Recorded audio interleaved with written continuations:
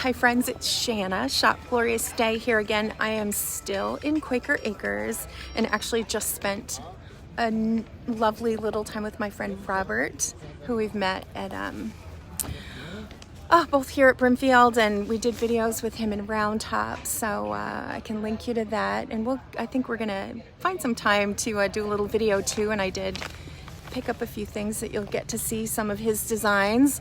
So I've just been enjoying this time in this wooded cozy field here, and I had met Janet of Jan's Junktiques the other night at Francesco's, and wanted to come and find her. So we're gonna go back. She's here from Maine, and we're gonna go back and just spend a little time with her and get to know what she's brought. An especially large unusual treasure that you can take a look at, and then also see the kinds of things that she carries that a lot of pickers come in and take a look at. So we'll just kind of meander back and spend a little time with Jan. There's Robert there, chandeliers and all kinds of things you'll find back here, but lovely time of day. And so Janet's tent is here, and here she's coming around now. How fun. I love how we met and just the conversation that struck up, and then being able to come back and spend some time and be able to share a little bit more about your business and coming here all the way from Maine. So yeah, so I thought I just kind of did a little intro. I said, we'll start with your unusual treasure that you brought here. That is a rather large find, but look at this. Yeah, and there's a whole theme going on here. Sort of an Egyptian theme that you can find. But look at this. Look. And look at this, a hidden bookcase.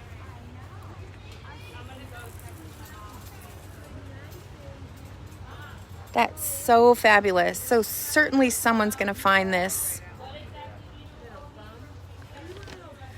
Not your everyday piece. Not your everyday. Love it.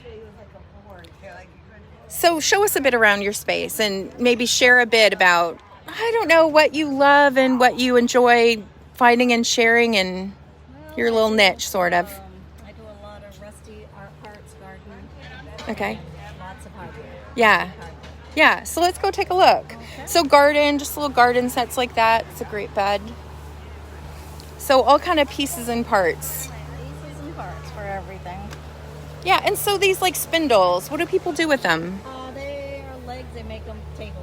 Okay. Sometimes birdhouses or... Oh, right. Yeah, just to decorate with. Yeah.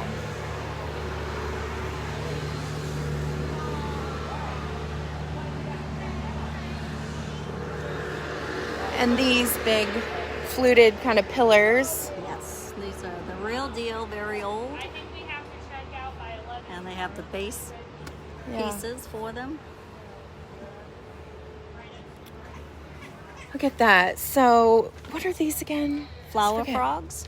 Oh, right. You put the stems of the flowers in, and over the years they changed and go from pottery, wood, subplastic.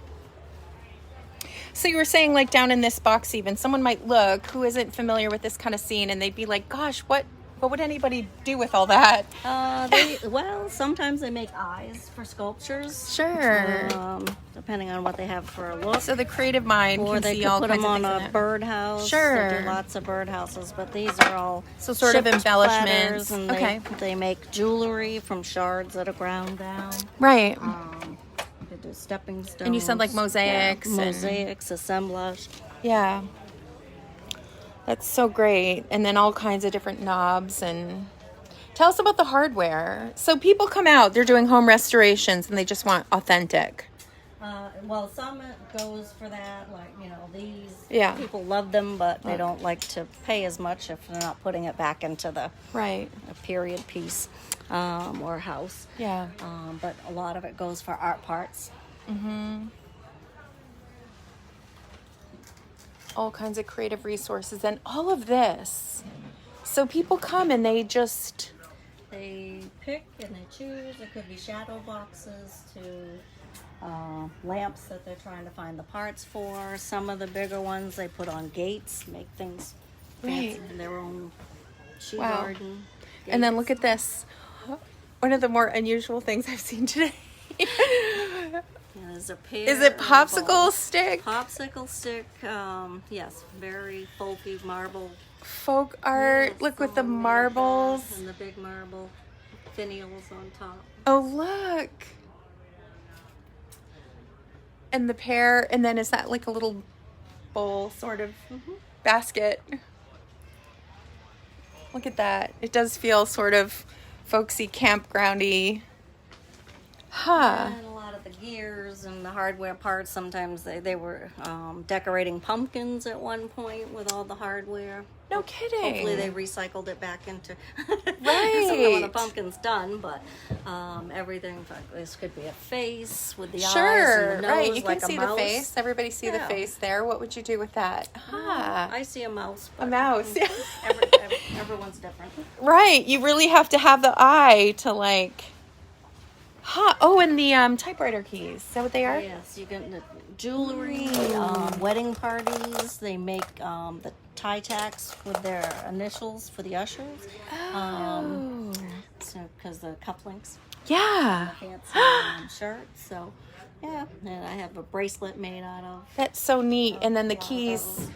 The keys too. I actually bought a cabinet here that I brought home, and I went to see Steve Wheeler in the Meadows and went through a whole box that he had of keys and actually found for the cabinet one that fit perfectly.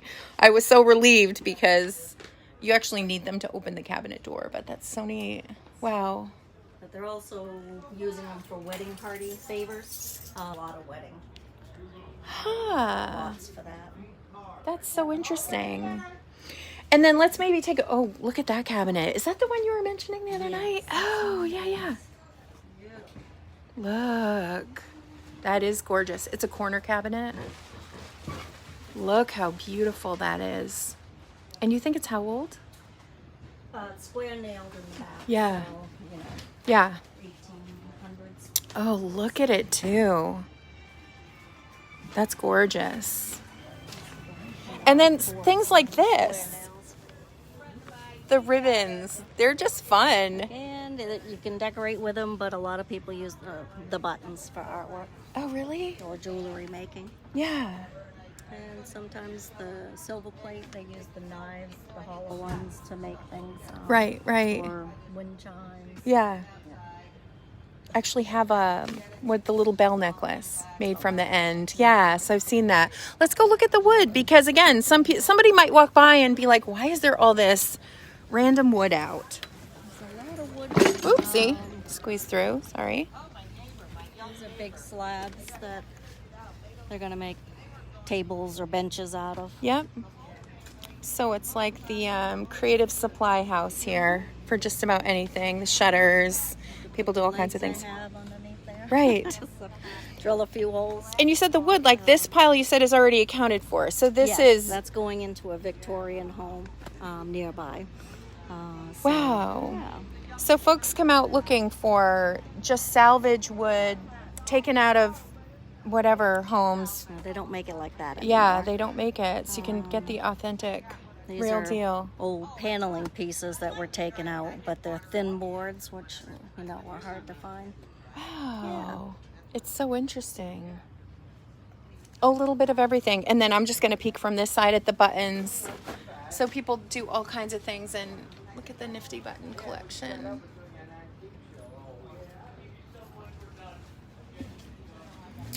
I love that. And you have a shop in Maine. I don't. I just No, do the shows. do the shows. Mostly here. Yep. Yep. All 3 shows. Great. And then it was Tony. Yes. Tony. We were going to say hi to Tony for a second, too. But maybe he's too busy. Tony. Tony's busy chatting.